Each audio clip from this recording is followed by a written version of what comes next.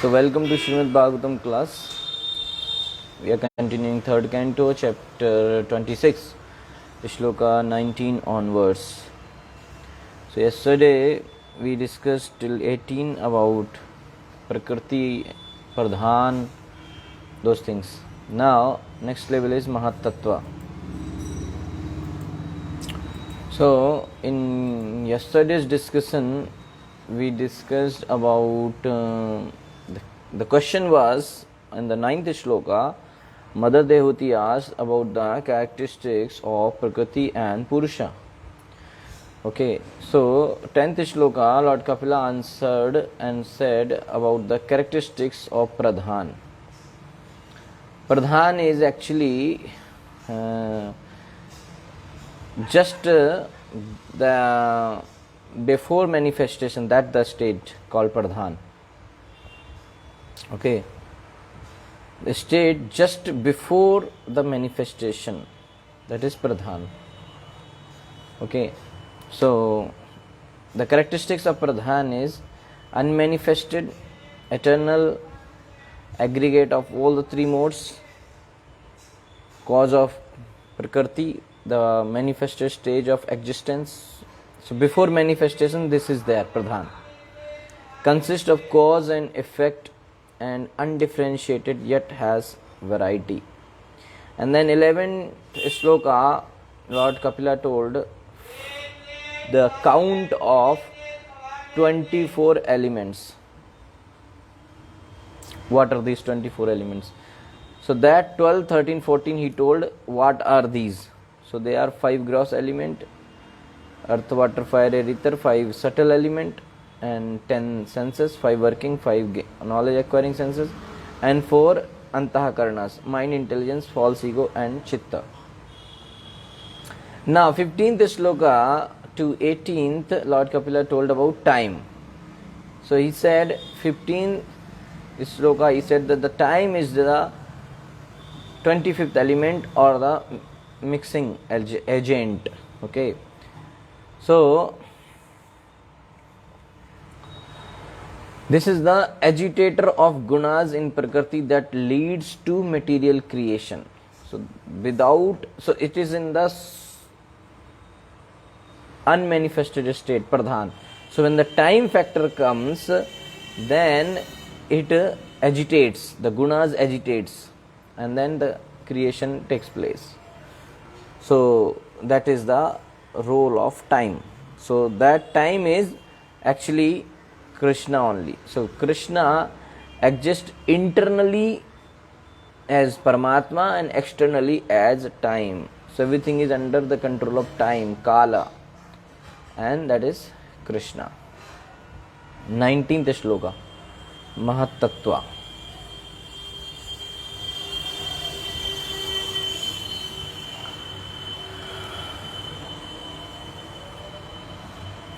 दैवाच्छुभित धर्मिण्यां स्वस्यां योनौ परपुमान् आधत्त वीर्यं सासुत महत्तत्वं हिरण्यमयम्. दैवाच्छुभित धर्मिण्यां स्वस्यां योनौ परपुमान् आधत्त वीर्यं सासुत महत्तत्वं हिरण्यमयम्. दैवाच्छुभित धर्मिण्यां स्वस्यां योनौ परः पुमान् आधत्त वीर्यं सासुत महत्तत्वं हिरण्यमयम्. Daivat, by the destiny of the conditioned souls, Chubit, agitated, Dharminyam, whose equilibrium of the modes, Swasyam, his own, Yono, in the womb of material nature, Parahapuman, the Supreme Personality of Godhead, Adhat, impregnated, Viryam, semen, his internal potency, Sa, she, material nature, Asut, delivered, Mahat Tattvam, the sum total of cosmic intelligence, Hiranyamayam, known as Hiranyamaya. After the Supreme Personality of Godhead impregnates material nature with his internal potency, Material nature delivers the sum total of the cosmic intelligence, which is known as Hiranyamaya.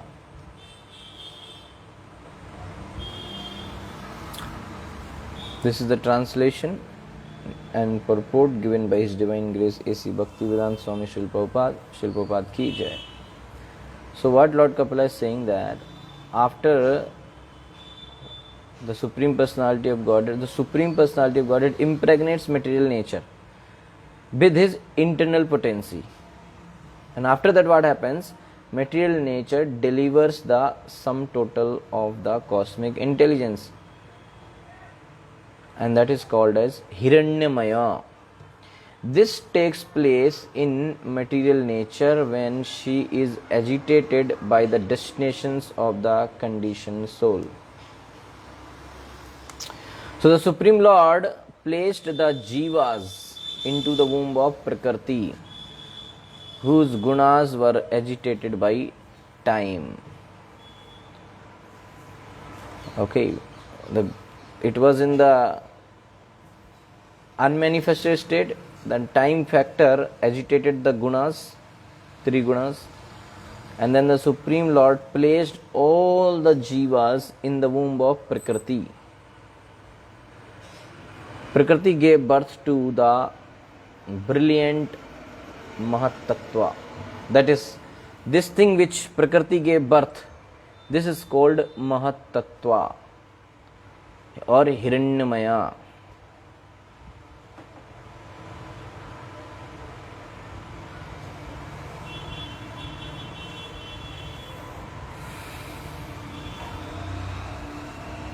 Okay.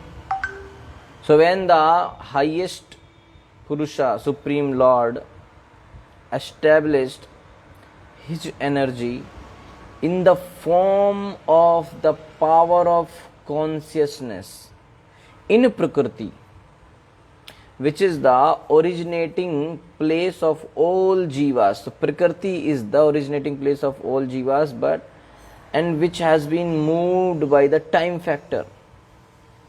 So from this energy infused Prakriti, so the energy is infused by the Supreme Lord. That means the Jivas, all the Jivas, sum total of Jivas are placed in the womb of Prakriti. Then what happened? The Prakriti gave birth to a brilliant principle of Mahatattvam. This Mahatattva, this Hiranyamaya. So, the shloka is basically saying that the Supreme Lord impregnated Prakriti. So, this impregnation of material nature is described in Bhagavad Gita 14th chapter verse number 3. Material nature's primal factor is the Mahatattva or breeding source of all varieties. This part of material nature, which is called Pradhan as well as Brahman, is impregnated by the Supreme Personality of Godhead and delivers varieties of living entities. Material nature in this connection is called Brahman.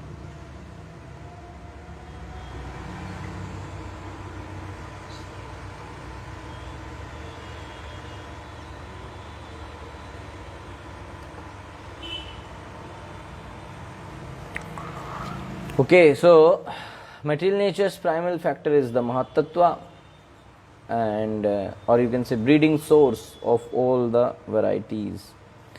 This part of material nature, which is called Pradhan as well as Brahman, is impregnated by the Supreme Lord. Okay. So this is impregnated by Supreme Lord,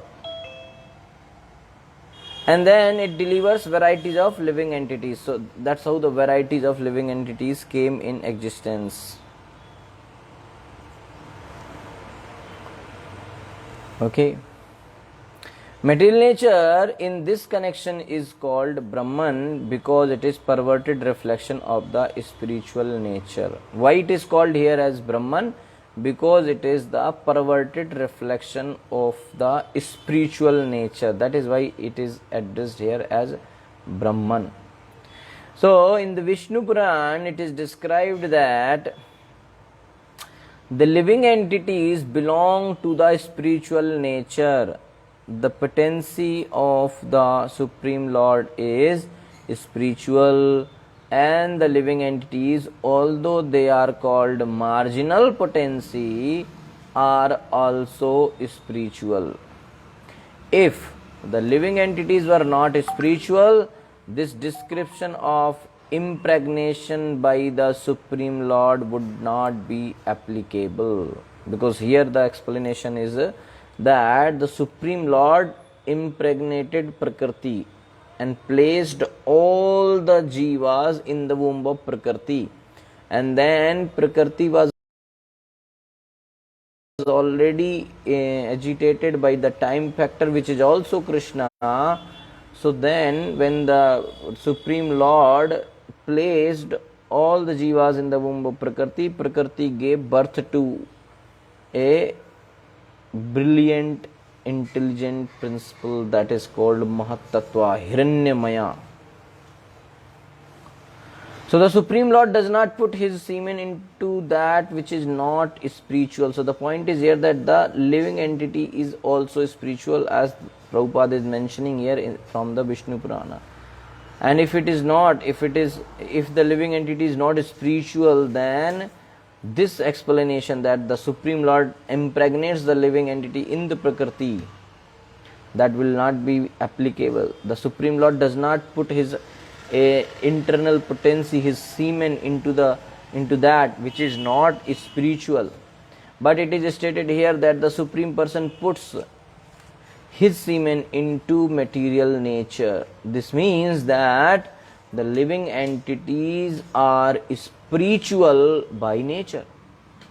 After impregnation, material nature delivers all kinds of living entities, beginning from the greatest living creature, Lord Brahma, and down to the insignificant ant, in all varieties of form. So that's how all the varieties of form came. In Bhagavad Gita 14.4, material nature is clearly mentioned as Sarvayonishu. This means that of all varieties of species, demigods, human beings, animal, birds and beasts, whatever is manifested, material nature is the mother, and the Supreme Personality of Godhead Krishna is the seed-giving father. Generally, it is experienced that the father gives life to the child, but the mother gives its body.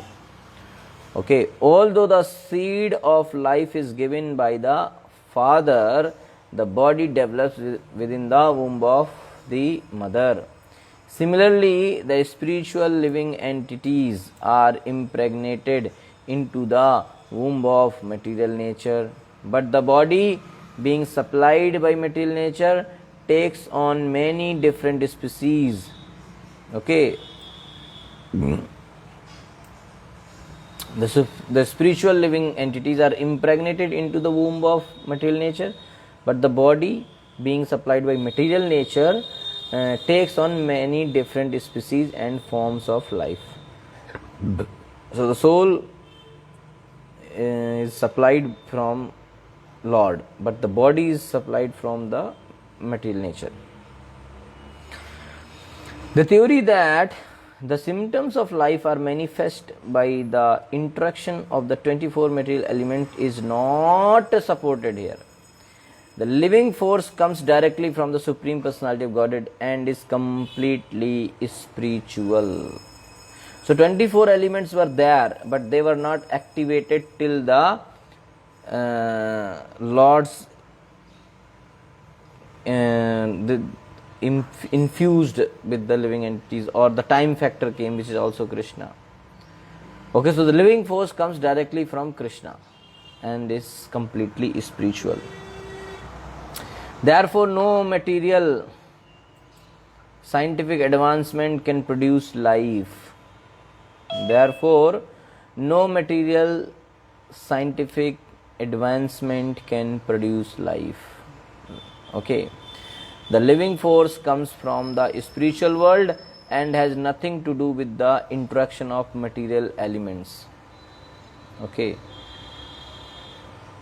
Living force is spiritual. That is why scientists can never produce life. If they have to do something, they have to take something from the living one. That's why Prabhupada, there is a book also, Life Comes from Life. Okay.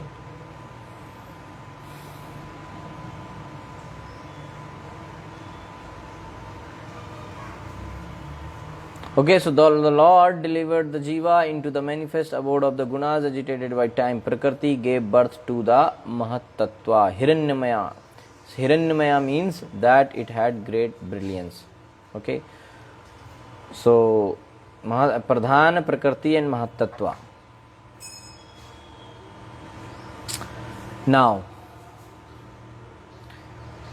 there is something related to this. Prabhupada said somewhere in Chaitanya Charitamrita, this shloka 3.2619.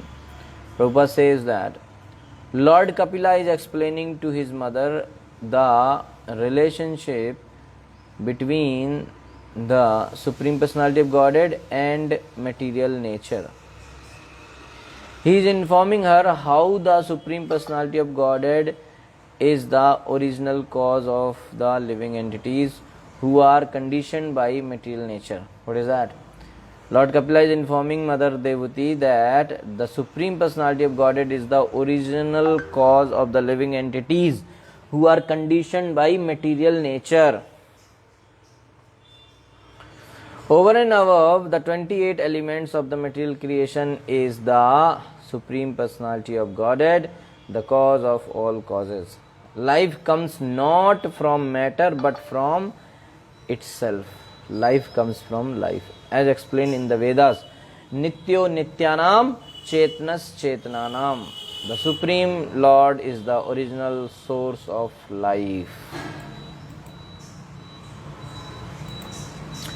Okay, the Supreme Lord is the original source of life. 20th shloka. Vishwam Atmagatam Vyanjan Kutastho Jagad Ankuraha Swateja Pibatti Brahm Atma Praswapanam Tamaha. Vishwam Atmagatam Vyanjan Kutastho Jagad Ankuraha Swateja Pibatti Brahm Atma Praswapanam Tamaha. Vishwam Atmagatam Vyanjan Kutastho Jagadankurah Swatejasa Pibatti Brahm Atma Praswapanam Tamaha.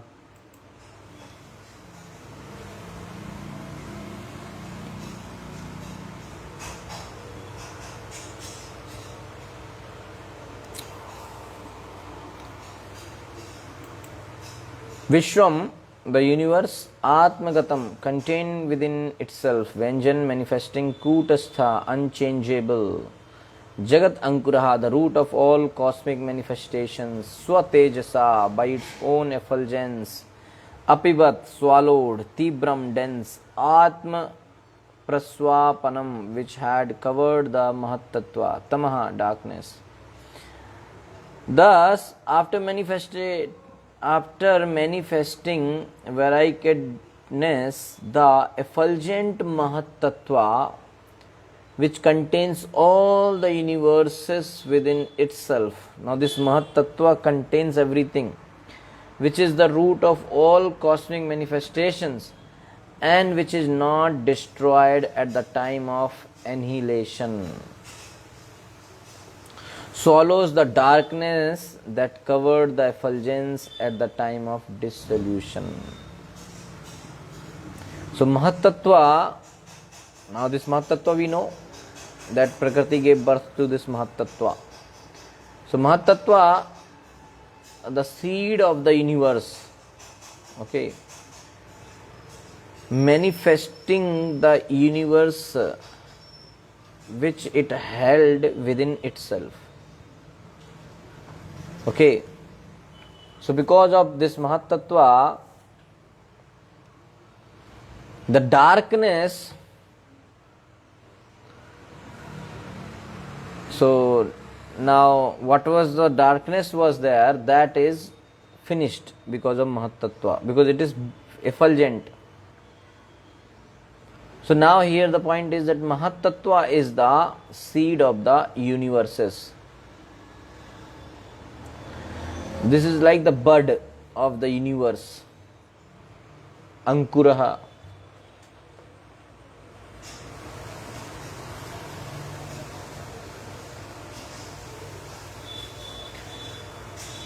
Okay. Since the Supreme Personality of Godhead is ever existing, all blissful and full of knowledge, Satchit Anand. The Supreme Personality of Godhead is ever existing, all blissful and full of knowledge. His different energies are also ever existing in the dormant stage. Okay. Lord is ever existing, so the energy of the Lord is also ever existing, actively or in dormant stage. Thus, when the Mahat Tattva was created, it manifested the material ego and swallowed up the darkness which covered the cosmic manifestation at the time of dissolution. At the time of Pralaya, whatever the darkness came, this Mahat Tattva destroyed or swallowed that darkness.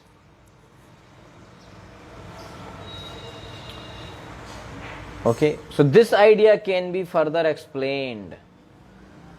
Okay, a person at night remains inactive, covered by the darkness of night. But when he is awakened in the morning, the covering of night or the forgetfulness of the sleeping state disappears.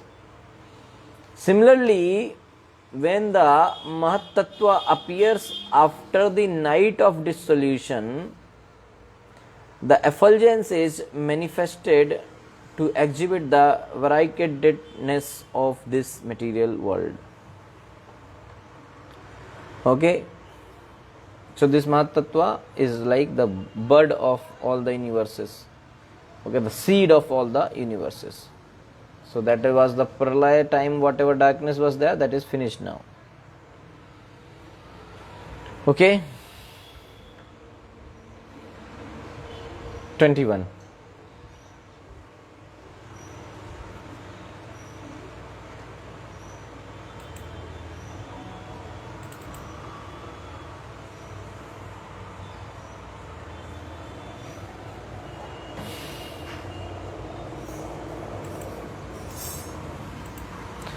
यत्तत् सत्वगुणं स्वच्छं शान्तं भगवतः पदं यदाहुर्वासुदेवाख्यं चित्तं तन्महदात्मकम् यत्तत् सत्वगुणं स्वच्छं शान्तं भगवतः पदं यदाहुर्वासुदेवाख्यं चित्तं तन्महदात्मकम् यत्तत् सत्वगुणं स्वच्छं शान्तं भगवतः पदं यद आहुर्वासुदेवाख्यं चित्तं तन्महदात्मकं यत् which that sattva-gunam, the mode of goodness, swacham, clear, shantam, sober, bhagavatah, of the personality of God at padam, the status of understanding, yat, which Ahu is called Vasudev Akhyam, by the name Vasudev, Chittam, consciousness, Tat, that, Mahat Atmakam, manifest in the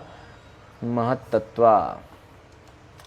The mode of goodness, which is the clear, sober status of understanding the personality of Godhead and which is generally called Vasudev or consciousness, becomes manifest in the Mahat Tattva. Okay. Now we have to hear more carefully. A lot of confusion may come. Mahatattva. After the Prakriti is agitated by time, the Lord impregnates it with the Jivas and Prakriti gives birth to the effulgent Mahatattva, Hiranyamaya. ठीक है? 1 point. Second, sum total of the cosmic intelligence is called this is this Hiranyamaya. Hiranyamaya or Mahatattva is sum total of the cosmic intelligence. This Hiranyamaya consumes the darkness of dissolution through its effulgence. Hiranyamaya means actually effulgent. Sattva guna. Now 21st shloka is saying Sattva guna. Sattva guna means clear and sober status of understanding Lord. So this Sattva guna, which is also called Vasudeva or Chitta, manifest in Mahatattva. So first thing manifested is this. Okay. So Mahatattva, which is represented by Chitta in the body, which is predominated by Sattva, which is pure, peaceful, and the place to worship the Lord, is also called Vasudeva.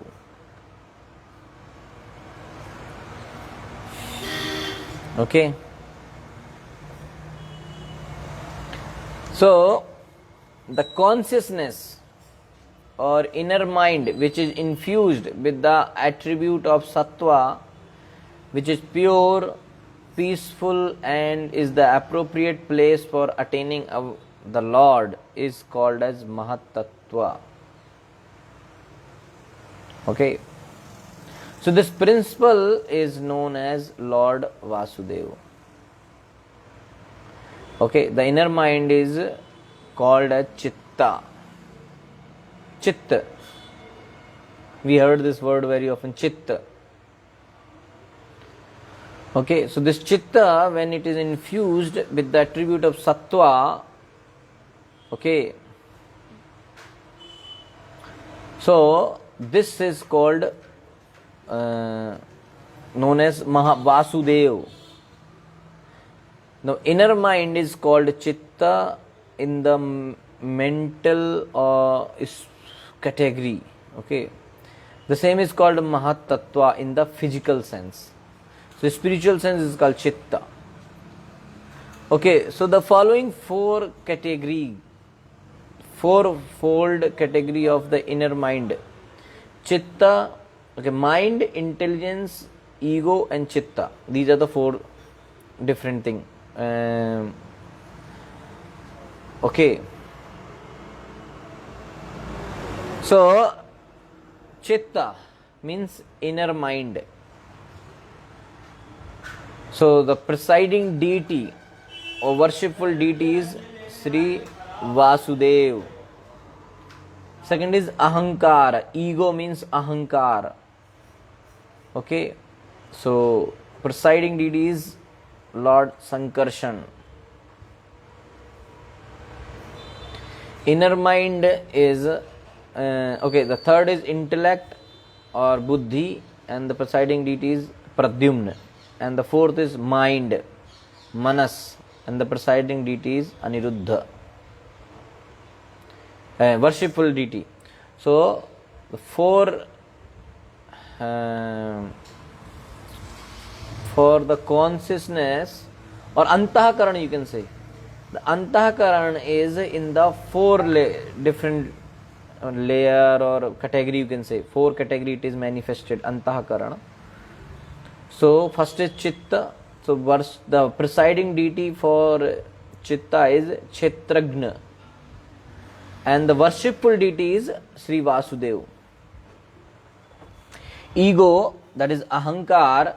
So presiding deity is Lord Shiva, and the worshipful deity is Lord Sankarshan. And intellect, Buddhi. So presiding deity is Brahma, and worshipful deity is Lord Pradyumna. and the mind Manas. The presiding deity is moon, and the worshipful deity is Lord Aniruddha.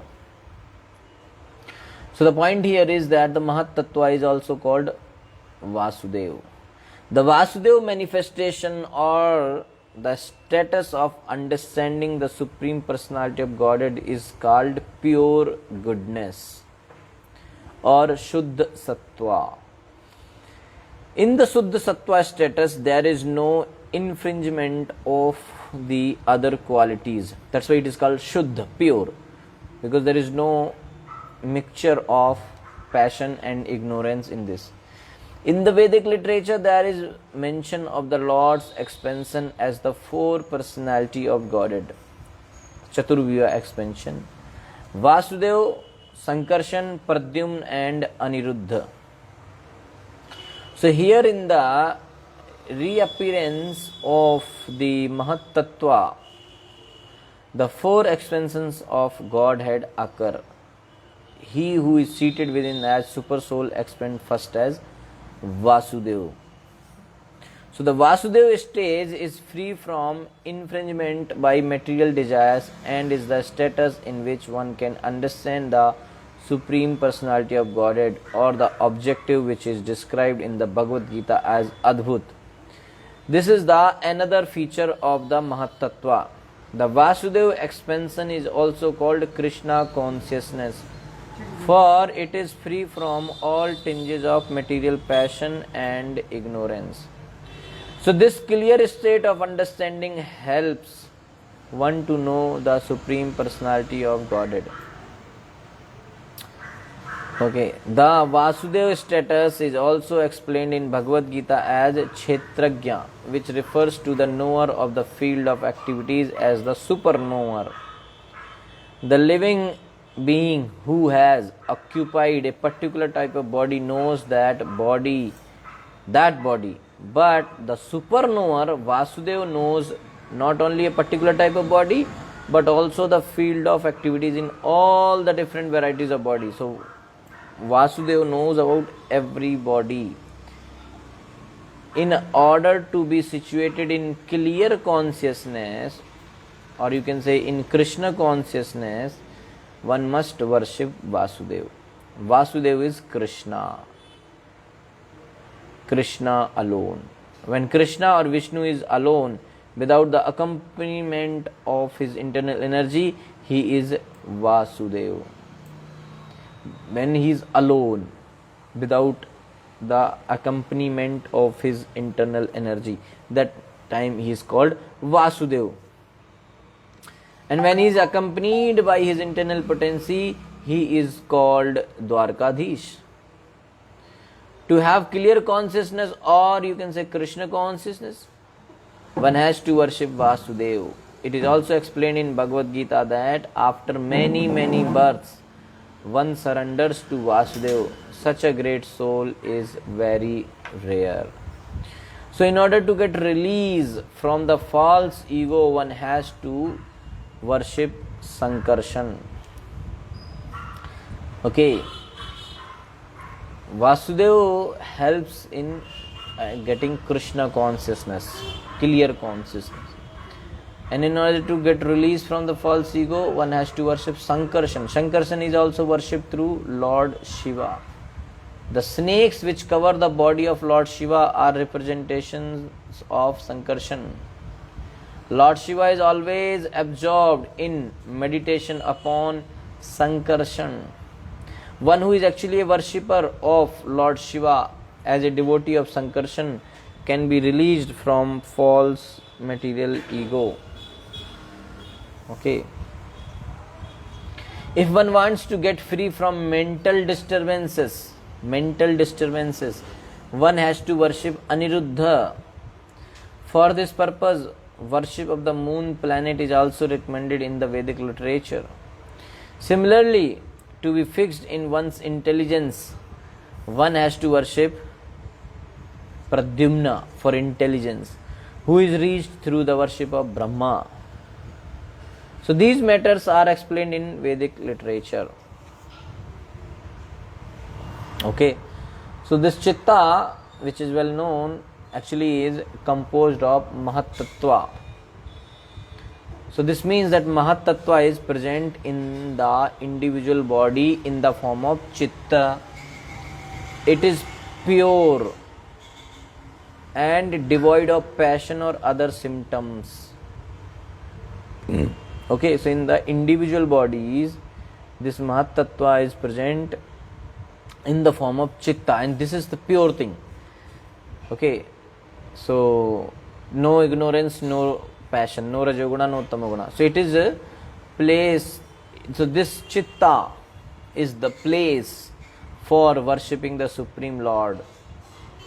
And that is why it is also known as Vasudeva. Okay, so Chitta, Ahankar, intelligence and mind, four things. So these all the four things have the respective deities who are worshipped for purifying these elements. So in order to purify Chitta, one has to worship Vasudeva. In order to purify Ahankar, one should worship Sankarsana. In order to purify intelligence, one should worship Pradyumna, and in order to purify mind, one should worship Aniruddha. So their the presiding, you directly you can worship, or you can worship through their presiding deity.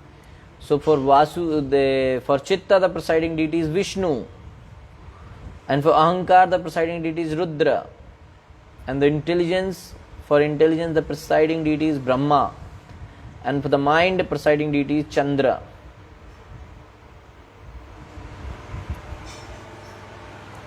Okay.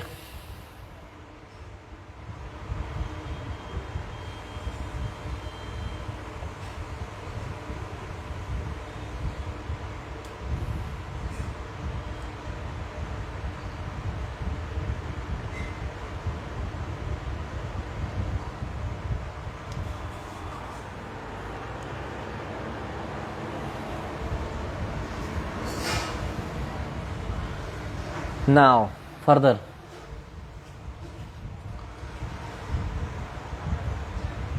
"22nd.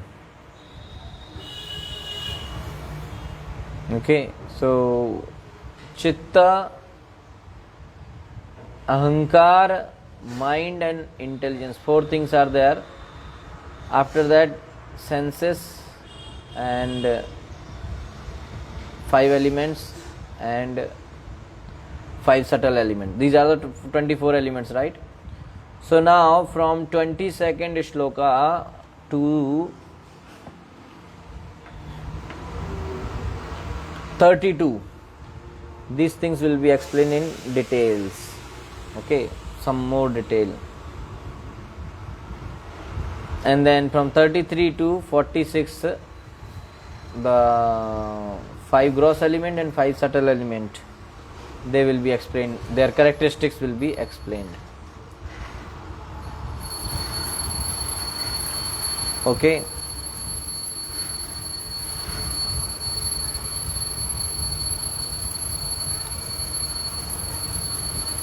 "22nd. Swachvattam avikaritvam shantatvam iti chetasah vrittibhirlakshanam proktam yathapam prakrti para." Swachhatvam avikaritvam shantatvam iti chetasa vrittibhirlakshanam proktam yathapam prakrti para. Swachhatvam avikaritvam shantatvam iti chetasa vrittibhirlakshanam proktam yathapam prakrti para. Swachhatvam, clarity. Avikaritvam, freedom from all distraction. Shantatvam, serenity. Iti, thus. Chetasa, of consciousness. Vrittibhi, by characteristics. Lakshanam, traits. Proktam, called. Yatha, as. Apam, of water. Prakriti, natural state. Para, pure. After the manifestation of the Mahat Tattva, these features appear simultaneously. Now Mahat Tattva appeared, now these features appear simultaneously, As water in its natural state before coming in contact with earth is clear, sweet and unruffled, so the characteristic traits of pure consciousness are completely serenity, clarity and freedom from distraction. So Chitta is known to have purity, changelessness and peacefulness as its qualities by nature, just like the nature of pure water. Okay.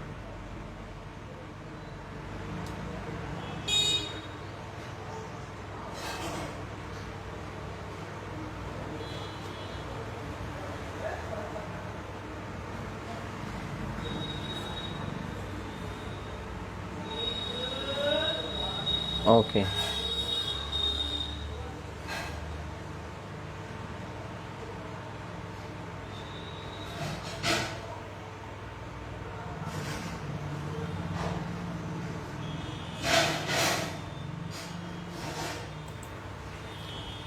उधर से third canto का सुबोध नहीं उठा देना. Third canto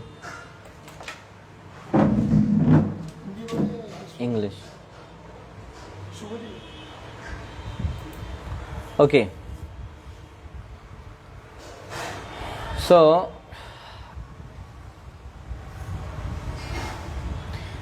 the pure status of consciousness or Krishna consciousness exists in the beginning just after creation. The pure status of consciousness, or you can say Krishna consciousness, exists in the beginning just after creation. Okay, so that time the consciousness is not polluted, pure it is. The more one becomes materially contaminated, however, the more consciousness becomes obscured.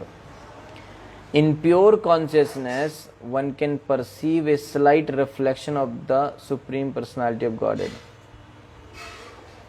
As in clear, unagitated water, free from impurities, in the clean water, one can see everything clearly.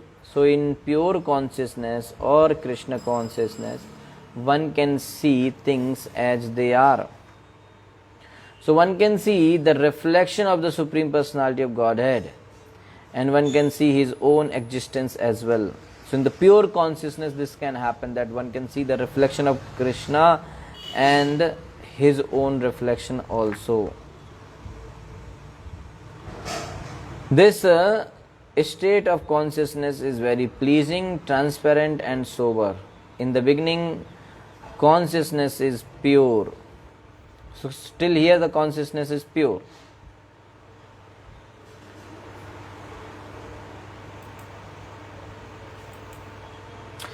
So Chitta, 22nd shloka is telling about Chitta, consciousness. So this is the representation of Mahatattva in the body of the Jiva, first thing. Second thing is that it is pure. It is complete serenity, clarity and freedom from distraction. Shantatvam, Swachhatvam, Avikaritvam. Okay.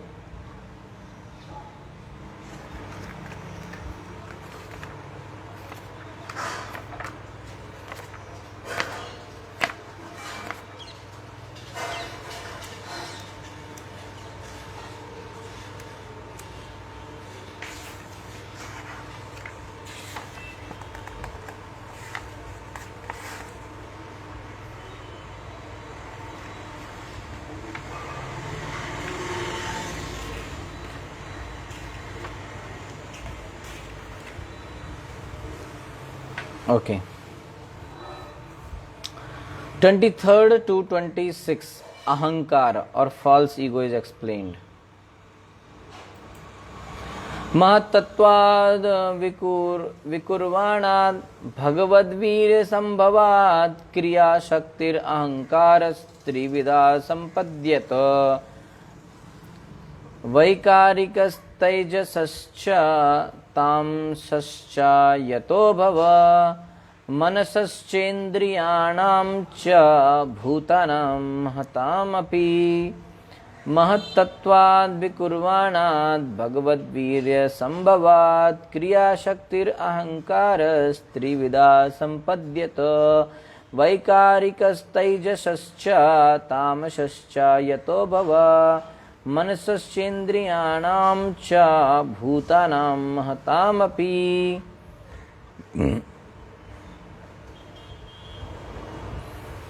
महत्तत्वाद् विकुर्वाणाद् भगवद्वीर्य संभवात् क्रियाशक्तिरहंकारस्त्रिविधा संपद्यत वैकारिकस्तैजसश्च तामसश्च यतो भव मनसश्चेन्द्रियाणां च भूतानां महतामपि।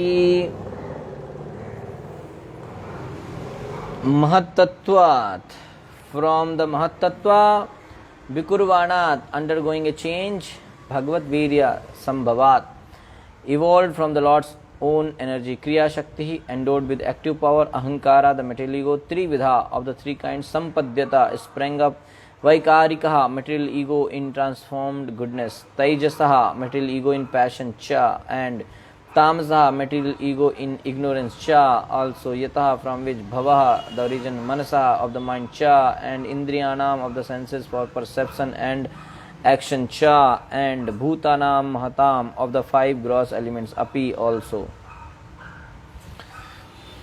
The material ego springs up from the Mahatattva. So now till Mahatattva, next is Chitta, and now the material ego springs up from the Mahatattva, which evolved from the Lord's own energy. The material ego is endowed predominantly with active power of three kinds: goodness, passionate, and ignorant. It is from these three types of material ego that the mind, the sense of perception, the organs of action, and the gross elements evolve. Now from this, the material ego, these things will come out: the mind, the senses of perception, the organs of action, and the gross elements, everything. So from the transformation of Mahatattva, ahankara, okay, so this ahankara appeared, and ahankara is endowed with jnana, kriya, and dravya, these three shaktis.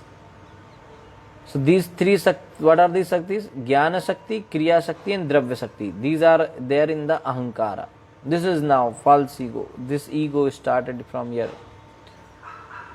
So these three shaktis appeared in three forms: Vaikarika, Taijasa, and Tamasa. Okay, Vaikarika means Sattva, Taijasa means Rajas, and Tamas means ignorance. So that from the pure this ahankar is the false ego, and from this another level, there is another Sattva level that is different. But this ahankar, from this ahankar came Sattva, Rajas, and Tamas. Sattva guna, Rajaguna, Tamaguna again came up. So this three actually came from the ahankar only, ignorance only. So that is why it is not pure. Okay. And from this,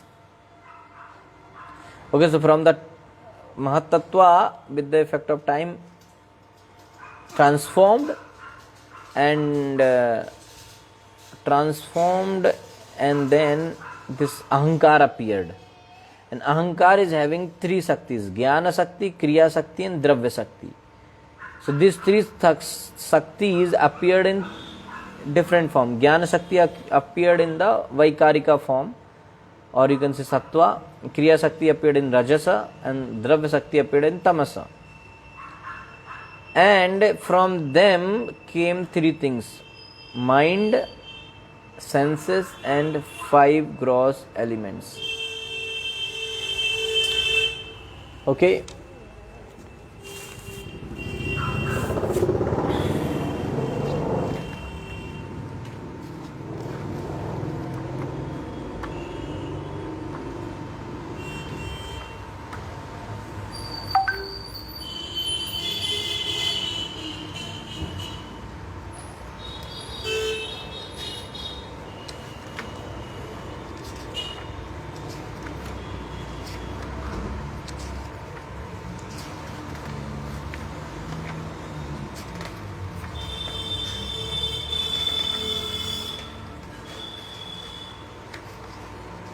Okay, I was looking for this chart.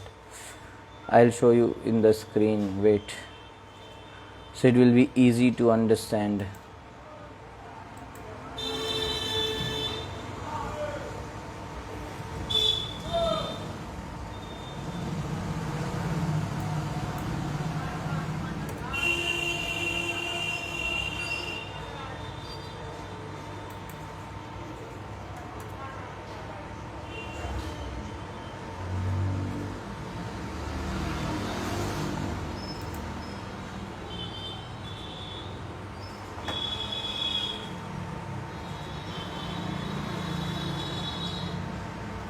Okay, I'll show you in the screen. 1 minute.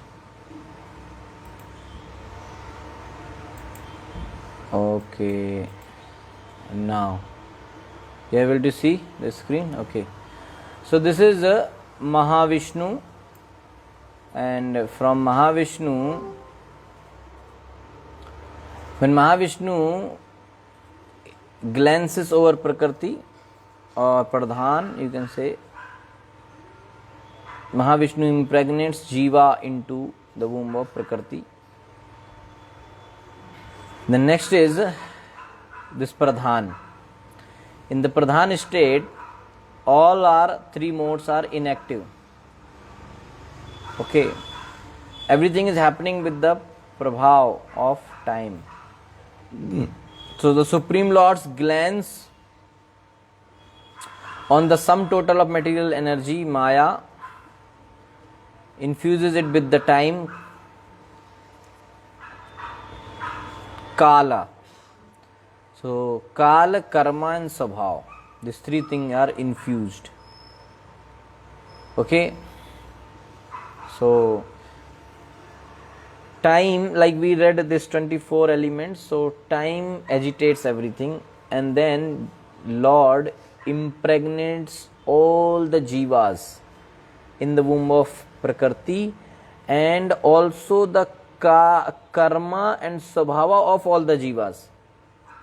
Okay, these are the jivas and these are their database, like that. These are their karma, these are their swabhava. So when they then when Prakriti gives birth to the jivas, so based on this karma and swabhava, Prakriti gives proper body to them. Okay, so that is why somebody becomes Brahma, somebody becomes ant. Clear? Now that's how this. So here Lord agitated Prakriti. Three things: Kala, Karma and Swabhava. Now next stage, the agitated equilibrium state, Pradhana. So then next item produced is Mahatattva. So this state actually has these three modes, and predominantly of goodness and passion due to Jnana and Kriya Shaktis. So this is Pradhana and this is Mahatattva. So in Mahatattva, okay, in Pradhana state, all the modes are inactive. And when the further time factor acts, then what happens is Mahatattva mainly Sattva and Rajas is predominant. Then further next state, this state further transforms into Ahankara. And Ahankara, which was, that's what we are reading in this shloka number 23 here. In this Ahankara is predominantly in tamas, tamoguna, and from this ahankara further comes satogun, rajogun and tamogun. Three energies again: Jnana Shakti, Kriya Shakti and Dravya Shakti. Karta, Karan and Karya. Doer, cause and effect. Okay, different name you can say. So these three energies, Jnana Shakti, which comes from Satoguna, and Kriya Shakti comes from Rajoguna, and Dravya Shakti comes from Tamoguna. So this Dravya Shakti has the capacity to produce 5 gross element. So from this Dravya Shakti came the 5 gross elements: earth, water, fire, air, ether. Kriya Shakti produces the senses. Okay, 10 senses, and then the okay, so and this Jnana Shakti, Dravya Shakti created elements, and Kriya Shakti created 10 senses, and sense devatas are created by Jnana Shakti. Okay, so at each level of transformation, the Lord's energy in the form of time produces the subsequent state of transformation. Okay, so this what you can say, yeah, everything, this all the transformation is happening because of times, because of Lord's energy, time. Okay, so this is the chart, like this happens. Okay, so we will see further now whatever shloka is saying. Okay, let's see the purport. In the beginning, from clear consciousness or the pure state of Krishna consciousness, the first combination sprang up. This is called false ego. Okay, so here the false ego created. So from this false ego, Sattva, Rajo Guna, Tamo Guna, 3 gunas are coming. That's why these 3 gunas are not called pure, because anyway they came from false ego, Ahankar. So this is called false ego, or identification of the body as self. Here it happened. This thing here created here, that Jiva identifies himself as body.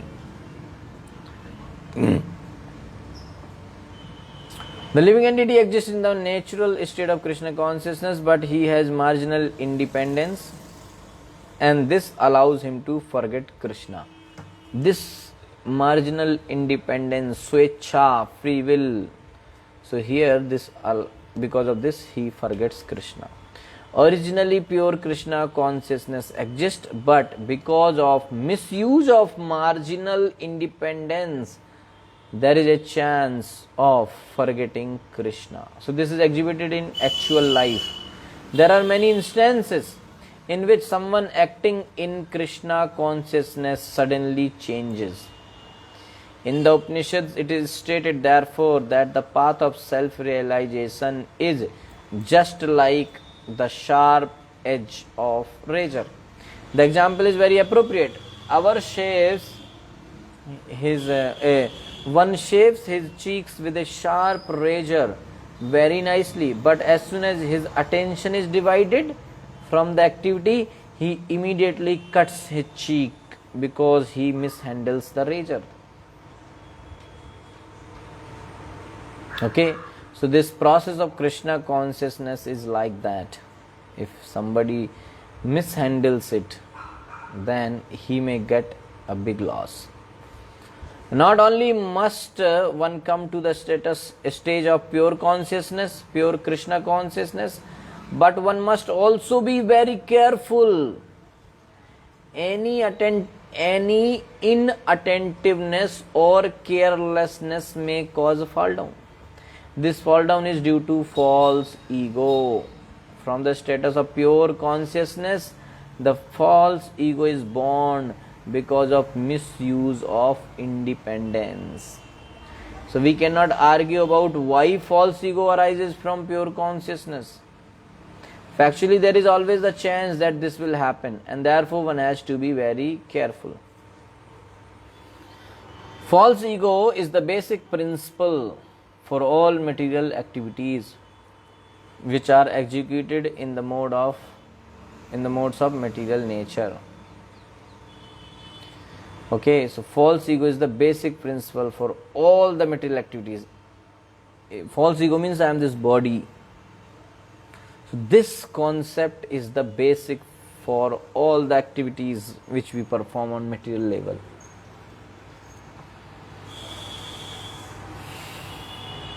As soon as one deviates from pure Krishna consciousness, he increases his entanglement in material reaction. The entanglement of materialism is the material mind, and from this material mind, the senses and material organs become manifest.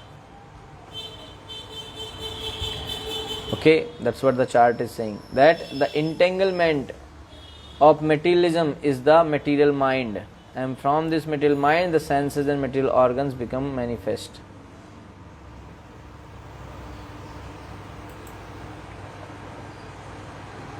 Okay.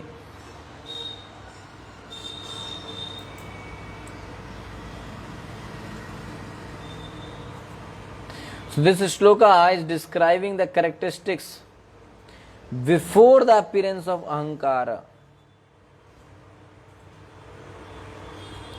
Okay, so Kriya Shakti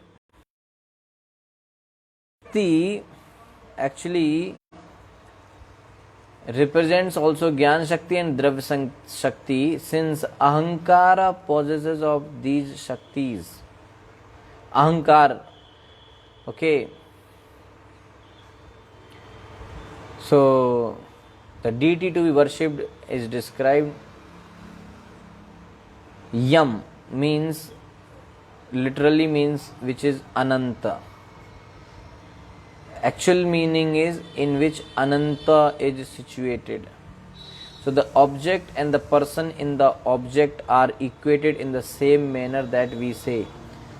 Okay. Like for example, we say, auto, come here. So actually you are not calling auto, you are calling auto driver. Generally we say, hey, you don't say auto driver, bring the auto here. No, you say auto, come. So you say, na? The whole stadium shouted. You can say like that. People say, stadium is not shouting. People sitting in the stadium are shouting. Okay. So that's how it happens, that the object and the person in the object are equated in the same manner. Okay. So anyway, it's little difficult to understand this all philosophy, but you can understand as per this chart, simple way, that this is the thing. Okay. Lord impregnates nature, and then the Mahatattva, and then Ahankara. And main thing is understanding here is that this Ahankara again transform into Sattva, Raja and Tama. So that is why this Sattva, Raja and Tama is not pure, because they are anyway transformation of Ahankara. Ahankara means false ego. Okay, so everything is happening because of this false ego. This misuse of free will. Fine. 25. Sahasra Sirsam Sakshad Yam Anantam Prachakshate Sankarshanakhyam Purusham Bhutendriya Manomayam. Sahasra Sirsam Sakshad Yam Anantam Prachakshate Sankarshanakhyam Purusham Bhutendriya Manomayam. Sahasra Sirsam Sakshad Yam Anantam Prachakshate Sankarshanakhyam Purusham Bhutendriya Manomayam. Sahasra Shirsam, with 1,000 heads. Sakshat, directly. Yam, whom. Anantam, Ananta. Prachakshate, they call. Sankarshan Akyam, Sankarshan by name. Purusham, the Supreme Personality of Godhead. Bhuta, the gross elements. Indriya, the senses. Manaha, Mayam, consisting of the mind. The threefold Ahankara, the source of the gross elements, the senses and the mind, is identical with them because it is their cause. It is known by the name of Sankarshan, who is directly Lord Ananta with 1,000 heads. Okay. So Chitta is known as Vasudev, and here this is known as Ahankar, is known as Sankarshan. Okay.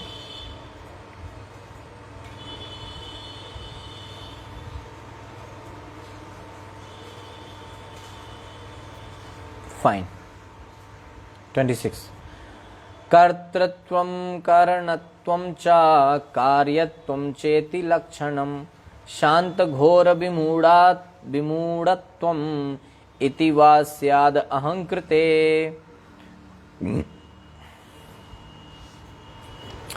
कर्तृत्वं कारणत्वं च कार्यत्वं चेति लक्षणं शान्तघोरविमूढत्वम् इति वा स्याद् अहङ्कृते. कर्तृत्वं कारणत्वं च कार्यत्वं चेति लक्षणं शान्तघोरविमूढत्वम् इति वा स्याद् अहङ्कृते.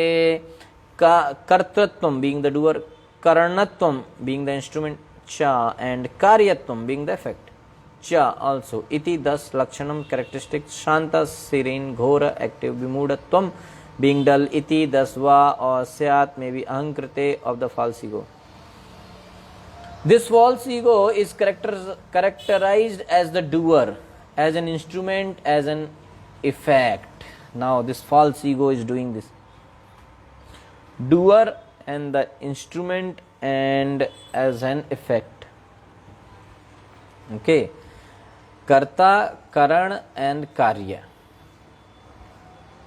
It is further characterized as serene, active or dull according to how it is influenced by the mode of goodness, passion and ignorance. When it is influenced by goodness, it is serene. When it is influenced by passion, it is active. When it is influenced by ignorance, it is dull. So the characteristics of ahankara are its capacity to serve as the presiding deities of the senses and the gross senses made of gross element, and to produce peace, passion and bewilderment. Okay, so what is the characteristics of ahankar? That it is its capacity to serve as presiding deities of the senses and the gross senses made of gross elements. Okay, to produce peace, passion and bewilderment. Ahankar or false ego is transformed into the demigods, the controlling directors of material affairs, the sense devatas. So as an instrument, the false ego is represented as different senses and sense organs, and as the result of the combination of the demigods and the senses, material objects are produced. So that's how everything produced. This is what the Srishti actually we are discussing, how the creation happens. So in the material world we are producing so many things, and this is called advancement of civilization, but factually the advancement of civilization is manifestation of the false ego. By false ego, all material things are produced as objects of enjoyment. Okay, because of the false ego. One has to cease increasing artificial necessities in the form of material objects. Okay, so one great Acharya, Narottam Das Thakur, has lamented that when one deviates from pure consciousness of Vasudeva or Krishna consciousness, he becomes entangled in material activities. The exact word he uses are satsanga chhadi kainu asate vilas te karane lagila ye karma bandh faas. I have given up the pure status of consciousness because I wanted to enjoy in the temporary material manifestation. Therefore, I have been entangled in the network of actions and reactions. वैकारिकाद विकुर्वाणान् मनस्तत्वम् अजायत यत् संकल्प विकल्पाभ्यां वर्तते काम संभवा. Vaikarikat, from the false ego of goodness, vikurvanat, undergoing transformation, mana, the mind, tattvam, principle, ajayat, evolved, yat, whose sankalpa, thoughts, vikalpabhyam, and by the reflection vartate happens kam sambhava, the rise of desire. Vaikarikat vikurvanam manastatvam ajayata yat sankalpa vikalpabhyam vartate kam sambhava. Vaikarikat vikurvanan manastatvam ajayata yat sankalpa vikalpabhyam vartate kam sambhava. From the false ego of goodness, another transformation takes place. From this evolves the mind, whose thoughts and reflections give rise to desire. The symptoms of the mind are determination and rejection, which are due to different kinds of desires. We desire that which is favorable to our sense gratification, and we reject that which is not favorable to sense gratification. The material mind is not fixed, but the very same mind can be fixed when engaged in the service of Krishna consciousness. Okay, so the mind is not fixed, but same mind can be fixed when engaged in the activities of Krishna consciousness. Otherwise, as long as mind is on the material platform, it is hovering, and all this rejection and acceptance is asat. That means temporary. It is stated that, now this is important, it is stated that he whose mind is not fixed in Krishna consciousness must hover between acceptance and rejection. That's why they are always this or that. This, the mind is too. They have so much sankalpa and vikalpa. That's why they are always disturbed. Oh, this dress or this dress, this thing or that thing. Oh, so much complication. That's why, actually, let me tell you, we have to reduce this vikalpa, sankalpa thing, acceptance and rejection. Somebody was telling me that this is very great personalities, they reduce this choices because this wastes their time, and this disturbs the mind. That's why if you see this Steve Jobs, often you will see him in a same color t-shirt, black. है ना? No choice, simple. This Facebook guy, Mark Zuckerberg, this fellow has 3-4 particular t-shirts, and that same color he wears again and again. है ना? Mind get disturbs. However, anyway, it is stated that he whose mind is not fixed in Krishna consciousness must hover between acceptance and rejection. He will be, if his mind is not fixed on Krishna, he will always be disturbed. However advanced a man is in academic qualification, as long as he is not fixed in Krishna consciousness, he will simply accept and reject and will never be able to fix his mind on a particular subject matter. That's why many people, they are very educated and all, but they are simply disturbed because of mind, and they are always in this acceptance and rejection process, always. They are not fixed. Their mind is not fixed, and that's why they can never get success.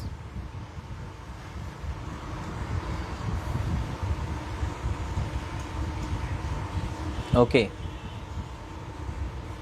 Yad vidur hi aniruddhakhyam ऋषिकाणाम अधीश्वरम सारदेन्दीवर श्यामम समराध्यम योगिभीषणै यद विदुर ही अनिरुद्धाख्यम ऋषिकाणाम अधीश्वरम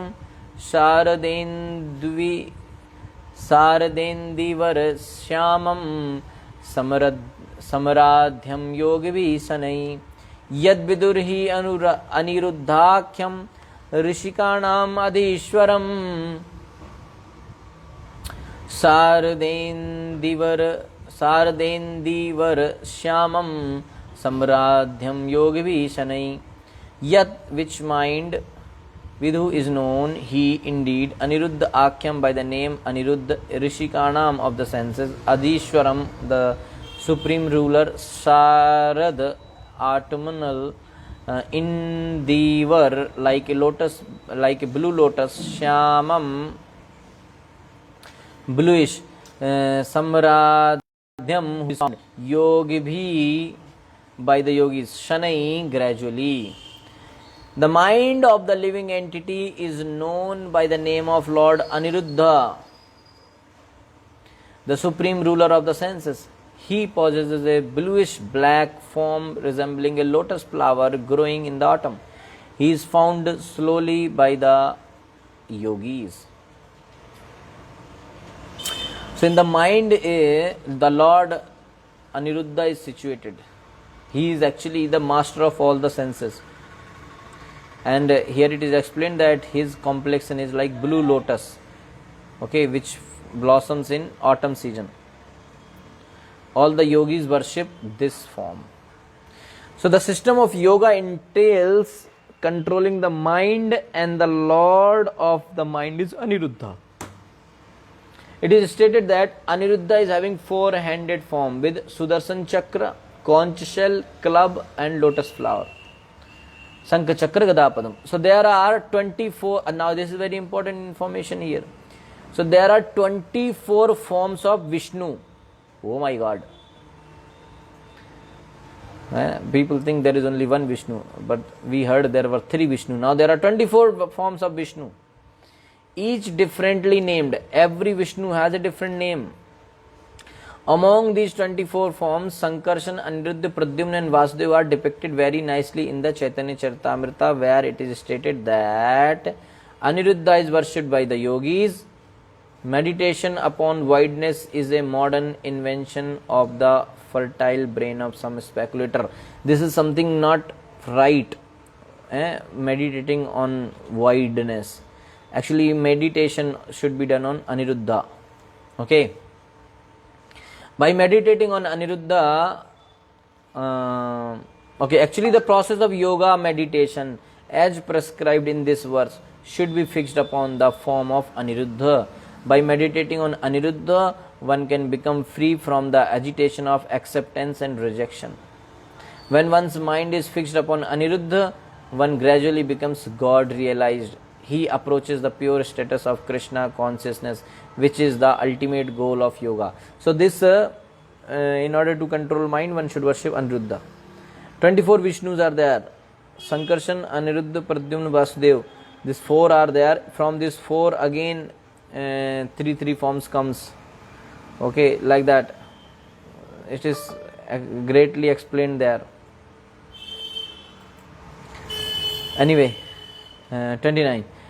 Tejasa tu vikurvanat buddhi tattvam abhut sati dravya sphurna vijnanam indriyanam anugraha. Tejasa tu vikurvanat buddhi tattvam abhut sati dravya sphurna vijnanam indriyanam anugraha. Tejasa tu vikurvanat buddhi tattvam abhut sati dravya sphurna vijnanam indriyanam anugraha. Tejasat, from the false ego in passion, to then vikurvanat, undergoing transformation, buddhi, intelligence, tattvam, principle, abhut, took birth, sati, O virtuous lady, dravya, objects, sphuran, coming into view, vijnanam, ascertaining, indriyanam, to the senses, anugraha, giving assistance. By transformation of the false ego in passion, okay, so now the intelligence takes birth. So the false ego transformed in satoguna of the, that is the mind. Now in the passion, it is intelligence take birth. So, O virtuous lady, the functions of intelligence are to help in ascertaining the nature of objects when they come into view and to help the senses. So mind job is, function is acceptance and rejection. And buddhi, so buddhi's function are to help in ascertaining the nature of objects when they come into view and to help the senses, just to discriminate. Okay. So intelligence is the discriminating power to understand an object, and it helps the senses make choices. That's what intelligence does. So therefore intelligence is supposed to be the master of the senses. The perfection of intelligence is attained when one becomes fixed in the activities of Krishna consciousness. Okay, the perfection of intelligence is attained when one becomes fixed in the activities of Krishna consciousness. By the proper use of, so mind is perfected when mind is fixed on Krishna, Aniruddha, and intelligence is perfected when intelligence is fixed in the activities of Krishna. So by the proper use of intelligence, one's consciousness is expanded, and the ultimate expansion of consciousness is Krishna consciousness. Okay. So now, okay, one more. संशयो अथ विपर्यासो निश्चया स्मृतिरेव च swap इति उच्यते बुद्धिर लक्षणं वृत्तितः पृथक्. संशयो अथ विपर्यासो निश्चया स्मृतिरेव च swap इति उच्यते बुद्धिर लक्षणं वृत्तितः पृथक्. संशयो अथ विपर्यासो निश्चया स्मृतिरेव च स्वाप इति उच्यते बुद्धिर लक्षणं वृत्तितः पृथक्. संशया doubt atha then viparyasah misapprehension, nishchaya correct apprehension, smriti memory, ev also cha, and swapa sleep, iti thus uchyate are said buddhe of intelligence, lakshanam characteristic, vrittitaha by their functions, prithak different. Doubt, misapprehension, correct apprehension, memory and sleep as determined by their different functions are said to be the distinct characteristics of intelligence. So these are the characteristics of buddhi or intelligence. Doubt, false knowledge, ascertaining correct knowledge, remembrance and sleep. So doubt is one of the important function of intelligence. Blind acceptance of something does not give evidence of intelligence.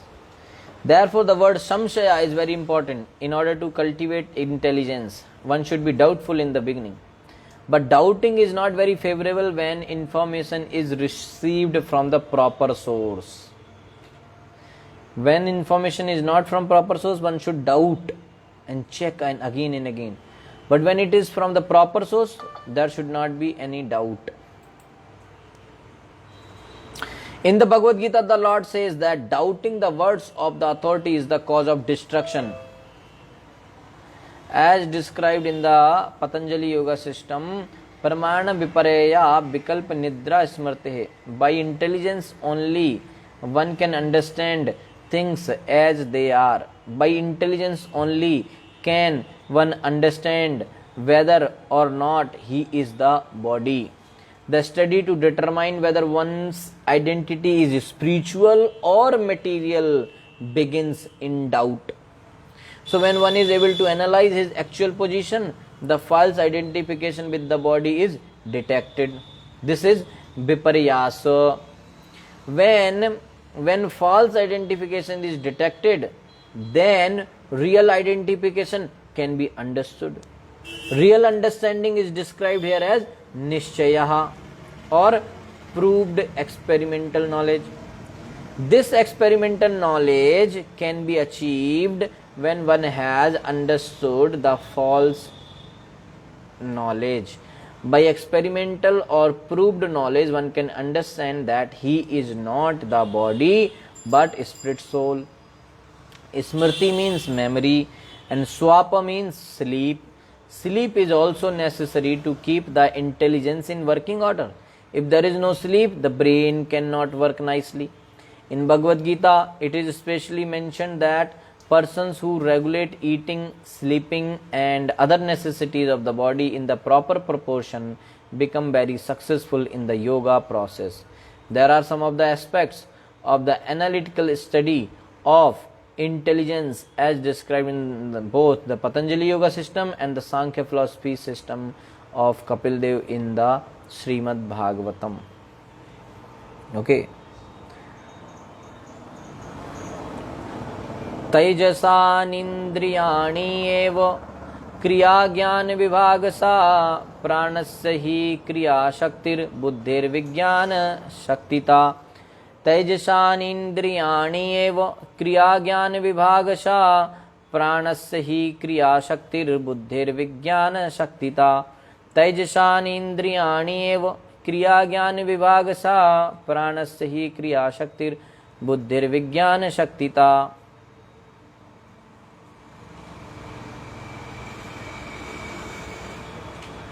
Okay, till 32 we will do, so this section will be complete. Otherwise tomorrow again everything has to be revised. That will be very difficult. Okay, so Taijasani, produced from egoism in the mode of passion. Indriyani, the senses. Eva, certainly. Kriya, action. Jnana, knowledge. Vibhagasha, according to Pranasya, of the vital energy. He, indeed. Kriya, Shakti, the senses of action. Buddhe, of the intelligence. Vijnana, Shaktita, the senses for acquiring knowledge. Egoism in the mode of passion produces two kinds of senses.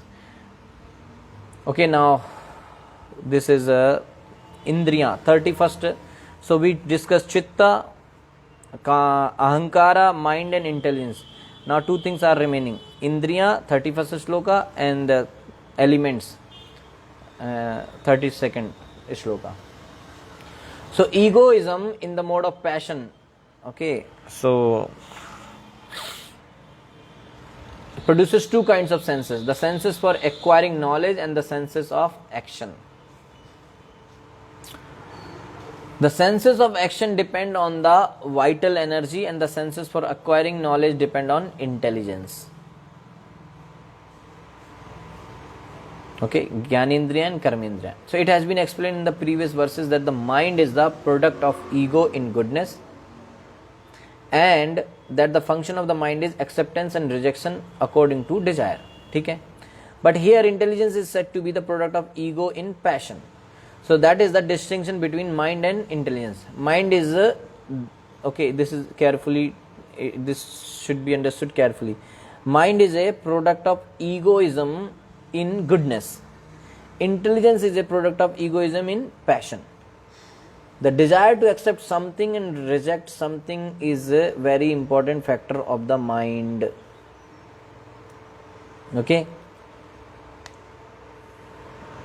Since mind is a product of the mode of goodness, if it is fixed upon the Lord of the mind, Aniruddha, then the mind can be changed to Krishna consciousness very easily. It is stated by Narottam Das Thakur that Narottam Das Thakur says that we always have desires. Desire cannot be stopped. But if we transfer our desires to please Krishna, the Supreme Personality of Godhead, that is the perfection of life. So it's easy to transfer the desires. As soon as the desire is transferred to lording it over material nature, it becomes contaminated by matter. Desire has to be purified. In the beginning, this purification process has to be carried out by the order of the spiritual master. This is very important. So desire should be purified, and in the beginning, how this purification will happen? By carrying out the order of Gurudev. Okay, because our material desire, our mind is in the material side, so it will desire material thing, but Guru will say, no, you do this. So just when you do that same thing again and again, you will get that spiritual desire. That's how the desire will be purified. So sometime even some Guru Vaishnava says to do something which I don't like, we must do it. Then our desire will be purified. I don't like. Somebody said to Prabhupada, I don't like to offer Dandavat.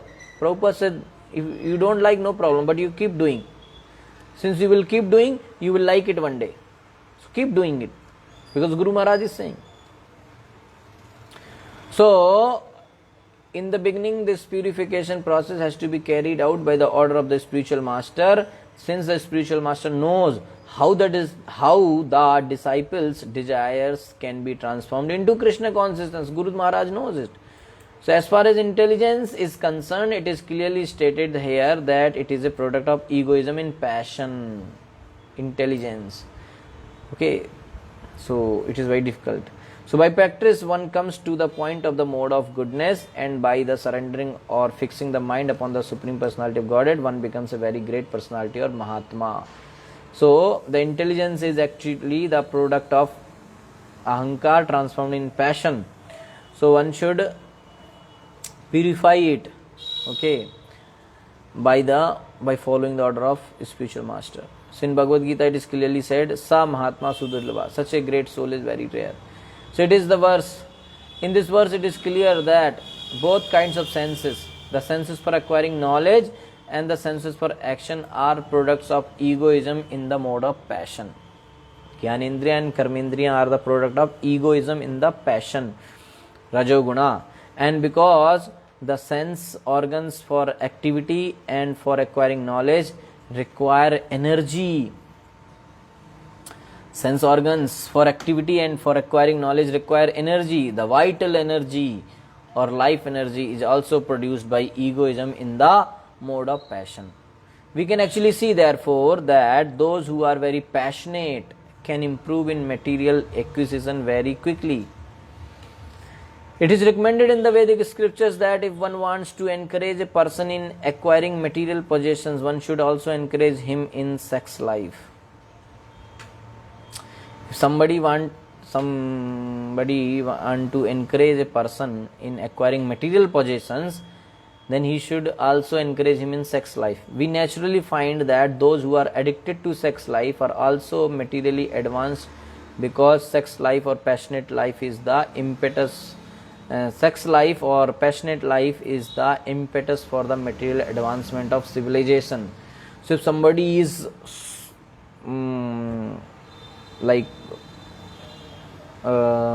advanced, he wants sex life more and more, then he will advance definitely. He will work too much. That's why people who are not having this marriage, or they live simple life, because there is no passion to develop and advance ghar, gadi and this and all. For those who want to make, so people who are more passionate towards sex life, they need all this material advancement also. That is connected. Many car, big house, many dresses, many gadgets, many things they need. They are so passionate. Okay, so for those who want to make spiritual advancement, okay, so for those who want to material advancement, one should encourage them in sex life also. But for those who want to make spiritual advancement, there is almost no existence of the mode of passion. No passion is required. Only the mode of goodness is prominent. So we find that those who engage in Krishna consciousness are materially poor. But one who has eyes can see who is the greater. Materially they will be poor, but spiritually they will be very rich. Although he appears to be materially poor, a person in Krishna consciousness is not actually a poor man, but the person who has no taste. A person who is Krishna conscious is not a poor, but actually a person who has no taste for Krishna consciousness and appears to be very happy with material possessions is actually poor. Persons infatuated by material consciousness are very intelligent in discovering things for material comforts, but they have no access to understanding the spirit, soul and spiritual life. These people can do wonderful things in material level, but when you say them to read Bhagavad Gita, they cannot figure out what's written. This is the difference. Therefore, if you see a big person, somebody very intelligent, he comes, you explain him Bhagavad Gita, he doesn't understand anything. Okay, so therefore, if anyone wants to advance in his spiritual life, he has to come back to the platform of purified desires. First, your desire should be purified. You are always thinking to get material things, then it is very difficult to progress in bhakti. So the purified desire should be there, and purified desire means desire for devotional service. How can I serve Krishna? Always people are thinking how I can improve my material things, but people should always think how can I improve my service to Krishna.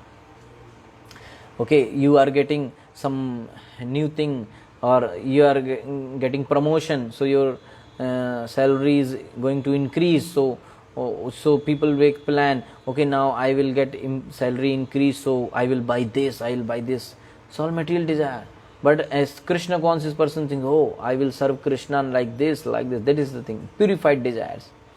So as stated in the Narad Pancharatra, engagement in the service of the Lord when the senses are purified in Krishna consciousness is called pure devotion. So engaging our senses in the service of Krishna is called pure bhakti, Shuddha bhakti. Last shloka. तामसाच्च विकुर्वाणात् भगवद्वीर्यचोदितात् शब्दमात्रम् अभूत् तस्मान् नभः श्रोत्रं तु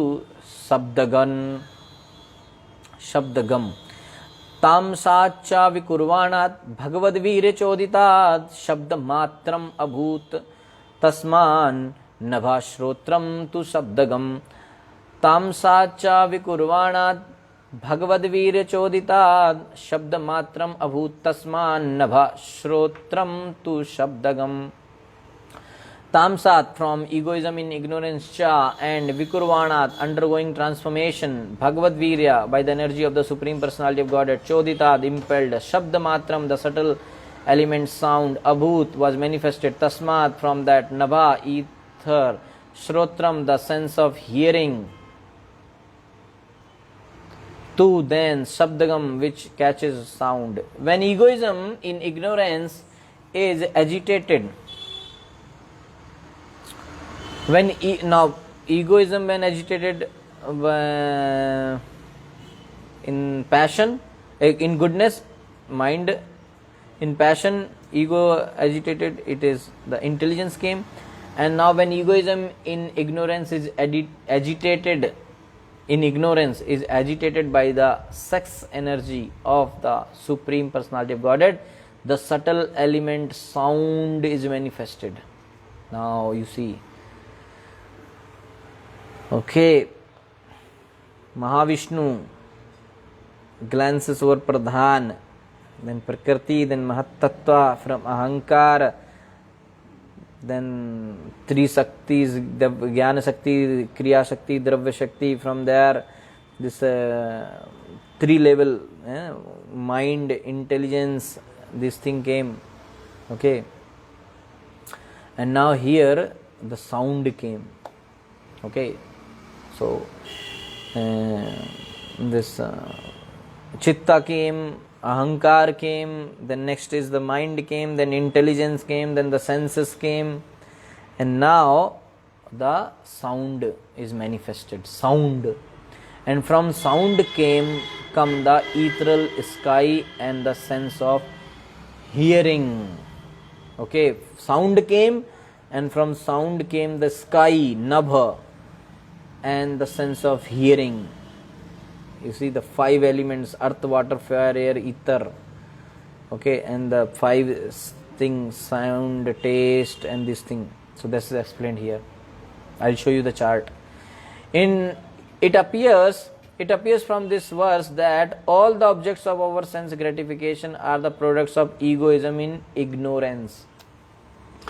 It is understood from this verse that by agitation of the element of egoism in ignorance, the first thing produced was sound, which is the subtle form of ether, Nabha. It is stated also in the Vedanta Sutra that sound is the origin of all objects of material possession, and that by sound one can also dissolve this material existence. Anavritti Shabdat means liberation by sound. The entire material manifestation began from sound, and sound can also end material entanglement if it has a particular potency. Some people say this also, that everything came from sound, so here is explained, it is like this. The particular sound capable of doing this. So sound has created this, sound also can destroy this. So the particular sound capable of doing this is the transcendental vibration of Hare Krishna. Hare Krishna, Hare Krishna, Krishna Krishna, Hare Hare, Hare Ram, Ram Ram, Hare Hare. Our entanglement in material affairs has begun from material sound.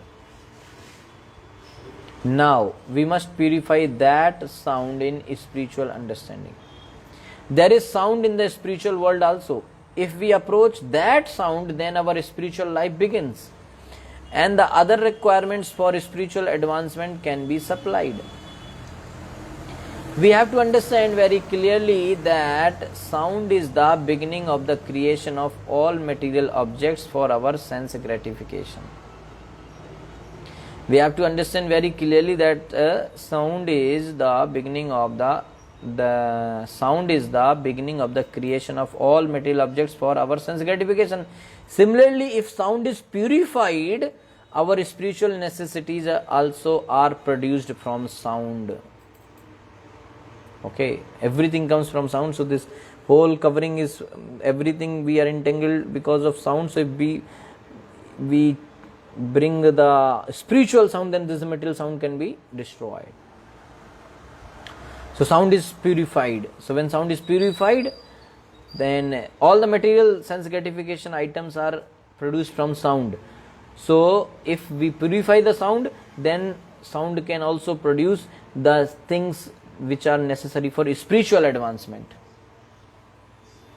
Here it is said that from sound the ether became manifested, and the air became and that the air became manifested from ether.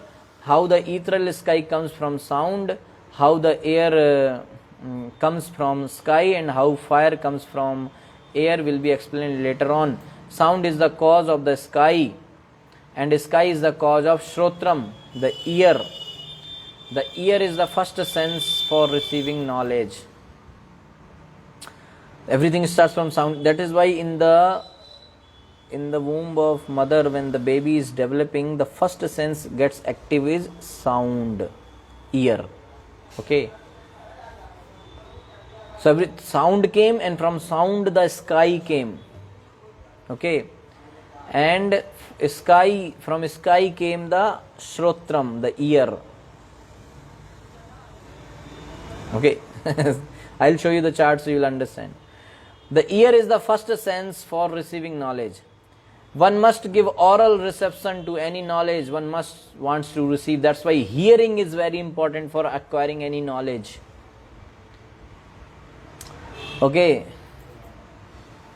So either, that is why sometimes if somebody cannot hear, then many cases he cannot speak also.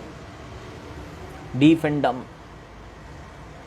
The ear is the first sense for receiving knowledge. One must give oral reception to any knowledge one wants to receive, either material or spiritual. Therefore, Shrotam is very important. Hearing is very important. The Vedic knowledge is called Shruti. Knowledge has to be received by hearing. Hearing is very important. Again and again, same thing we should hear. By hearing only can we have access to either material or spiritual enjoyment. Even for material, in the material world we manufacture many things for our material comfort simply by hearing. They are already there, but just by hearing one can transform them. If we want to build a very high skyscraper, this does not mean that we have to create it. The materials for skyscraper, wood, metal, earth, etc. are already there. But we make our intimate relationship with those already created material elements by hearing how to utilize them. See how scientific it is. So modern economic advancement for creation is also a product of hearing. And similarly, one can create a favorable field of spiritual activities by hearing from the right source. So when people say now that I am not having favorable things and all to progress in bhakti, so by continuous hearing everything can manifest spiritual things. Arjuna was a gross materialist in the bodily conception of life and was suffering from the bodily concept very acutely. But simply by hearing, Arjuna became a spiritualized, Krishna conscious person. Hearing is very important, and that hearing is produced from the sky. By hearing only, so hearing is very important, and that hearing is produced from the sky. By hearing only can we make proper use of that which already exists. Okay, whatever is already existing, we can utilize them by hearing only. The principle of hearing to properly utilized preconceived materials is applicable to spiritual paraphernalia as well. We must hear from the proper spiritual source. Okay, so that was the explanation to Mother Devahuti by Lord Kapila about the characteristics of pradhana, time and other elements. So today we discuss from 19 to 32. Okay, now 33 to 46 tomorrow we will discuss, which is the characteristics of the 5 gross elements and 5 subtle elements. Okay, I'll just show you the chart how it works. See, you see here, this is the sound which appeared when the this mode of, what is that? Okay, sound came, and first thing, from the false ego in tamas. Okay, so all the sense things, everything came from the tamas, ignorance. Okay, so when egoism in ignorance is agitated by sex energy of Krishna, the Supreme Personality of Godhead, the subtle element sound is manifested. The ego is in ignorance when it is agitated by the time factor, so sound is manifested. Now here you see, this is the chart. So sound came from here, and from sound came the nabh, ether, and from ether came the touch, and from touch came the air. Okay, so that's why sound having only ether. From sound came ether, so ether is having only the sound quality, and from ether came touch, from touch came air. So air you can touch, you can feel air, touch sense is there. From air came the form, and from form came fire. So fire has got form also. You see, ether has only sound, air has only sound and touch. So the next one is having the quality of previous one. So ether is having only sound, air is having touch and sound, both, 2 qualities. Next is fire. So fire is having sound, touch, form also. You can see fire is having a form. From fire came taste, and from taste came water. So water is having sound, touch, form and taste also. And from water came smell, and from smell came earth. So earth is having sound, touch, form, taste, smell also. Like that it happens.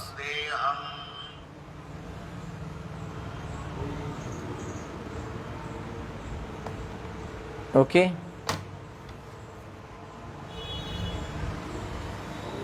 मेरे वाले number पे आ रहा है. Okay, so that's what it is. Okay, so now from 23 element, this Mat Tattva, Ahankara, 5 Tanmatra, 5 gross element and 11 senses, all these things mixed, 24 are there. Somewhere this is second canto chart, so there are 23 list is given, somewhere 24, somewhere 28. But things are same, only the division is different. Okay, so don't get confused. Okay, so that's done. Thank you so much. Shila Prabhupada की जय, ग्रंथराज श्रीमद् भागवतम की जय, अनंत कोटि वैष्णववृंद की जय.